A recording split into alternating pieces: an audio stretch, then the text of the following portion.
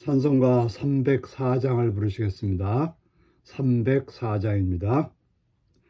그 크신 하나님의 사랑 말로 다 형용 못하네.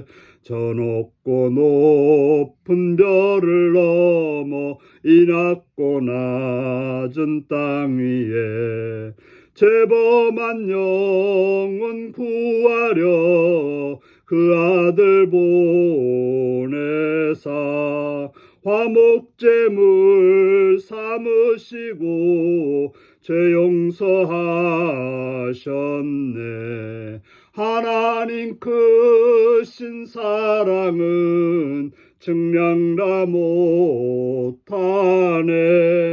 영원히 변치 않는 사랑 성도여 찬양하세. 괴로운 시절 지나가고 땅 위에 영화세할 때 주 믿지 않던 영혼들은 큰 소리 외쳐 울어도 주 믿는 성도들에게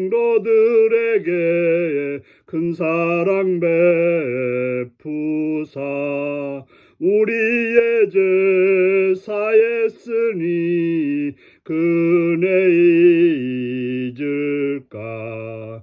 하나님 크신 사랑은 측량다 못하네. 영원히 변치 않는 사랑 성도여 찬양하세. 하늘을 두루마리 삼고 바다를 먹물 삼아도 한없는 하나님의 사랑 다 기록할 수 없겠네. 하나님의 크신 사랑 그 어찌 닿았을까. 저 하늘 높이 쌓아도 채우지 못하리. 하나님 크신 사랑은 측량다 못하네. 영원히 변치 않는 사랑 성도여 찬양하세. 아멘. 이 시간 우리 계신 하나님 말씀은 사무엘하 21장 1절에서 14절까지 말씀입니다. 사무엘하 21장 1절에서 14절입니다.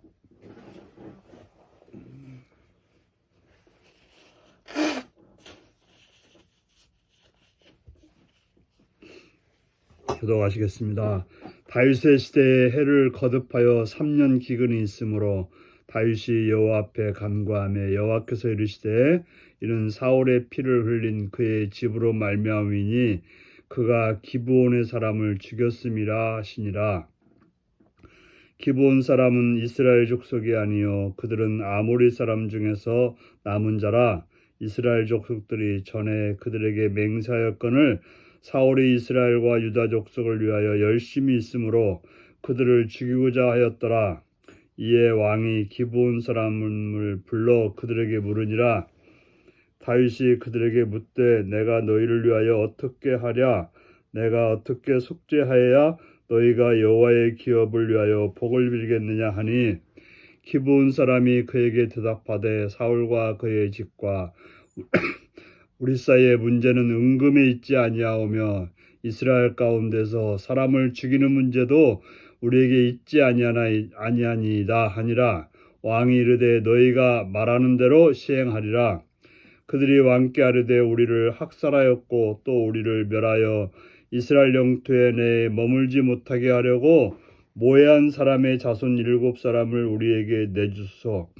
여호와께서 택하신 사울의 고을 기브아에서 우리가 그들을 여호와 앞에 목매어 달겠나이다 하니 왕이 이르되 내가 내주리라 하니라.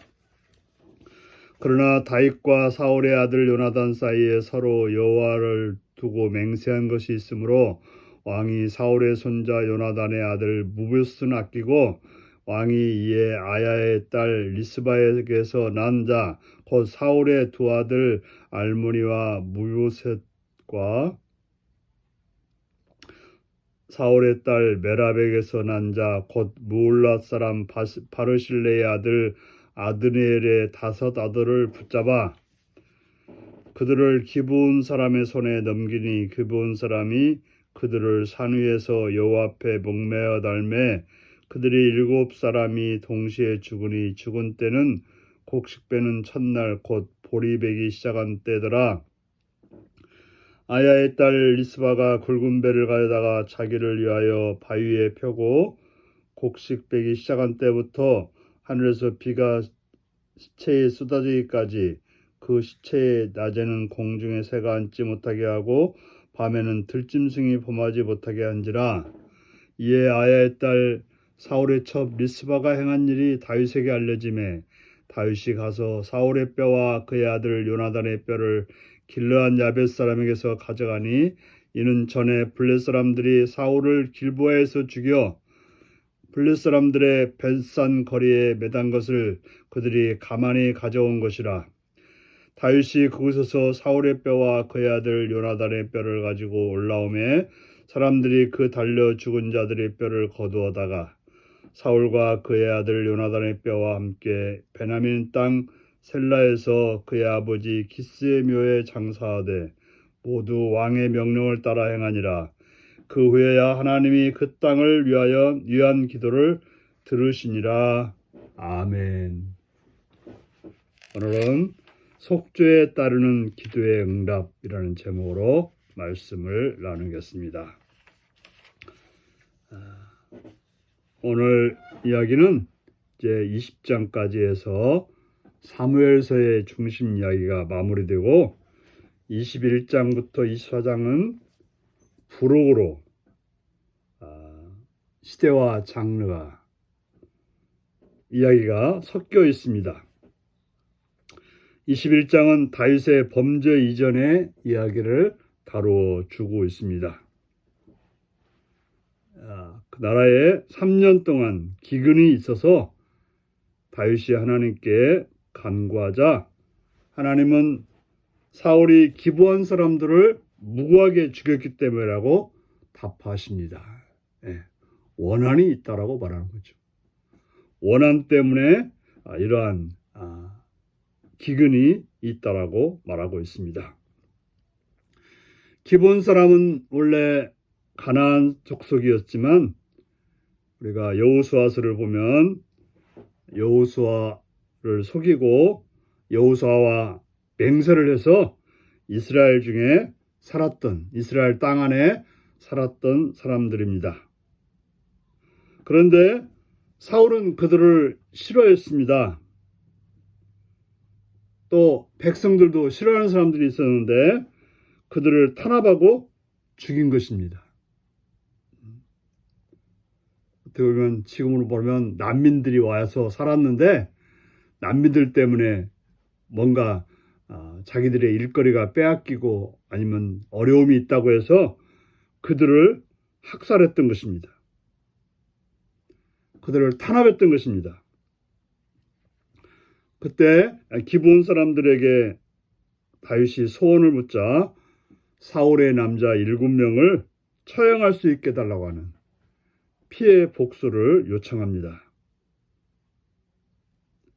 7이라고 하는 것은 어떤 무한대의 숫자라고 볼 수 있는 건데 기브온 사람들의 전체의 그 희생의 어떤 상징의 숫자로서 7을 요청했던 것입니다. 다윗은 사울의 후손 7명을 기브온 사람에게 넘겨주어 사울의 죄를 대속하게 합니다. 기브온 사람들은 이들을 기브아 산에 처형하고 시체를 그대로 매달아 두는데 이는 율법을 위반하는 지나친 처벌이었습니다. 그러자 리스바 자기 자녀들이 죽은 것을 보고서 굵은 배로 천을 깔고 보리를 베기 시작하는 4월부터 우기가 시작하는 11월까지 7개월 동안 훼손이 시신되지 않도록 시신이 훼손되지 않도록 밤낮으로 그 시신을 지키었다라고 말하고 있습니다. 이는 아들의 죽음을 애도하는 것이자 또한 이들을 매장할 수 있게 해달라고 하는 그런 일종의 시이기도 했던 것입니다. 이 사실을 알게 된 다윗은 길르앗 야베스에서 가져온 사울과 요나단의 그 시신과 더불어 이들의 시신을 사울의 가문의 묘에 안장하도록 여러 가지 배려를 해줍니다. 그랬을 때 그 땅에 다시 비가 와서 바로 그 기도에 대한 응답을 해주셨다라고 본문은 말씀하고 있습니다. 우리가 여기서 알 수 있는 것은 하나님의 징계에는 반드시 이유가 있다고 하는 것입니다. 이스라엘은 3년간의 기근을 이유를 몰랐던 건데 그것은 바로 기브온 사람들을 하나님과 그들과 더불어 살기로 약속해 놓고 죽였던 것입니다.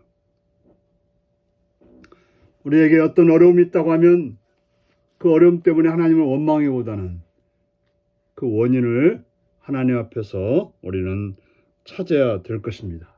그래서 하나님 앞에 겸손히 질문해서 하나님이 왜 그 일을 그런 일이 생기게 했는지를 찾아야 될 것입니다.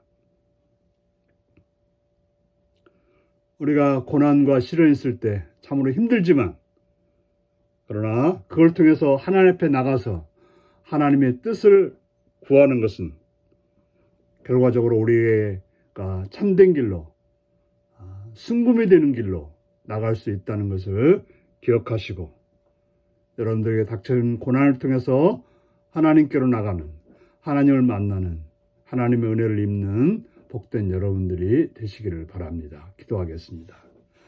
좋으신 아버지 이름을 찬양하며 감사드립니다. 오늘도 사랑해 주셔서 주의 말씀을 듣사오니 감사드립니다. 우리들로 하여금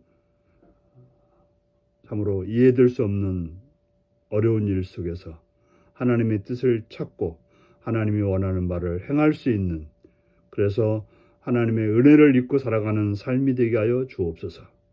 예수님의 이름으로 기도하옵나이다. 아멘. 하늘에 계신 우리 아버지의 이름을 거룩하게 하시며 아버지의 나라가 오게 하시며 아버지의 뜻이 하늘에서와 같이 땅에서도 이루어지게 하소서. 오늘 우리에게 일용할 양식을 주시고 우리가 우리에게 잘못한 사람을 용서해 준 것 같이 우리 죄를 용서해 주시고 우리를 시험에 빠지지 않게 하시고 악에서 구하소서. 나라와 권능과 영광이 영원히 아버지의 것입니다. 아멘. 말씀 묵상입니다. 이스라엘의 3년 기근이 든 것은 무엇 때문이었나요? 공동체 안에서 약자가 억울함을 당할 때 어떻게 도와줘야 할까요? 리스바는 아들들의 시신을 지키기 위해 어떤 일을 했나요? 큰 죄인일지라도 그 사람의 기본 인권을 존중해야 하는 이유는 무엇인가요? 우리 이 말씀을 묵상하시며 주 안에서 복된 날로 오늘도 승리하시기 바랍니다. 샬롬.